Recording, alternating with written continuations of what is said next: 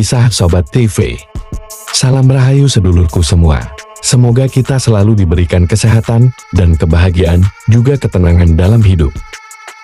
Sebelum mendengarkan cerita ini, alangkah baiknya sedulur kita bantu channel ini dengan memberikan like, komen, dan subscribe. Sedulurku, kita kembali lagi dalam vibrasi dan frekuensi yang sama. Semoga kita semua tetap dalam kondisi baik. Penulis bukan apa-apa tanpa kalian semua. Semoga keberkahan dan kebaikan selalu ada menemani hari-hari kalian. Sebelum kita mulai menyimak cerita ini, alangkah indahnya jika kita seduh kopi, mendengarkan suara burung bernyanyi, pejamkan mata sambil menghirup udara dengan tarikan nafas yang panjang. Untuk seluruh rakyat dari Sabang sampai Merauke, semoga video narasi ini sampai ke kalian, karena sangat penting untuk didengar. Mengutip judul kali ini, apa yang terjadi bila mana pindahnya ibu kota yang akan dialami Indonesia setelah perpindahan ibu kota negara. Hal ini berkaitan dengan pesan yang tertulis pada serat Jayabaya dan Musarar. Di agama manapun mengenai ramalan, juga ada contohnya di agama Islam, ada yang namanya kedatangan Imam Mahdi dan munculnya Dajjal di akhir zaman.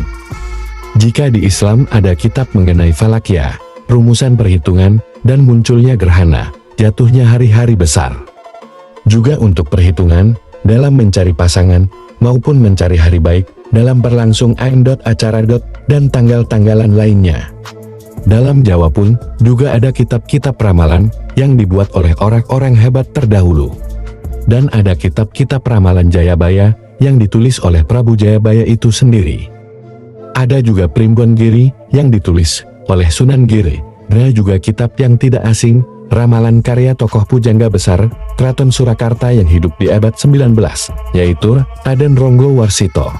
Seperti Serat Kalatida, lalu Serat Sabdatama, Serat Musarar, dan Serat Joyoboyo, yang berisi tentang kondisi politik dan sosial, moral anak bangsa, juga masa depan rakyat Nusantara, yang akan ada kaitannya dengan nasib rakyat dan bangsa yang akan dialami Indonesia setelah perpindahan ibu kota. Dijelaskan pada kitab Musarar dan Serat Joyoboyo mengenai apa yang terjadi pada bangsa ini.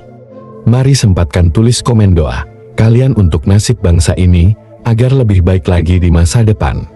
Inilah beberapa peristiwa yang akan terjadi menurut ramalan Jayabaya mengenai perpindahan ibu kota.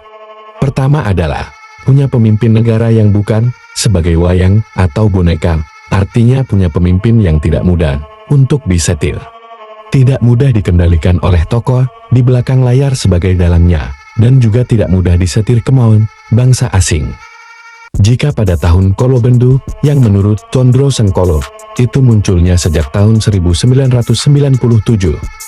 Indonesia itu pemimpinnya atau negaranya disetir oleh dalang yang disebut dalam kitab Musarar, pralambang atau simbolnya adalah dalang.wayang.mgundqr kekelir.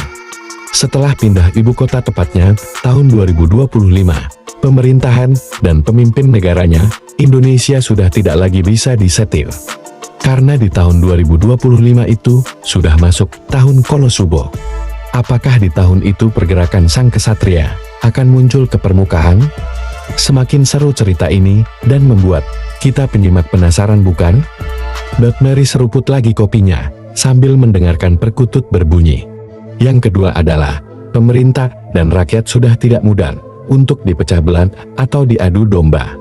Yang ketiga adalah rakyatnya mulai tersenyum, artinya segala macam hal yang membuat rakyat kesusahan dan kesulitan sudah hilang dan yang tercapai adalah kesejahteraan. Yang ketiga adalah rakyatnya mulai tersenyum, artinya segala macam hal yang membuat rakyat kesusahan dan kesulitan sudah hilang dan yang tercapai adalah kesejahteraan. Yang keempat, semakin tertatanya penegakan hukum dan terjaminnya pangan. Oke, cukup sampai di sini sedulurku. Semoga hal baik ini terlaksana dan semoga narasi ini terwujud menjadi hal-hal baik untuk kedepannya. Untuk para kesatria itu siapa? Kesatria itu adalah diri kita sendiri sedulur. Kitalah yang mampu mewujudkan itu semua. Salam hormat dari Kesatria Kecubung. Salam Kung Mania dimanapun berada. Jangan lupa hari ini Hombiok Perkutut, kita cari jenis katuranggan yang bagus. Terima kasih untuk kalian yang telah mampir untuk menyimak. Jangan lupa like, comment, subscribe. Pakai Sobat TV.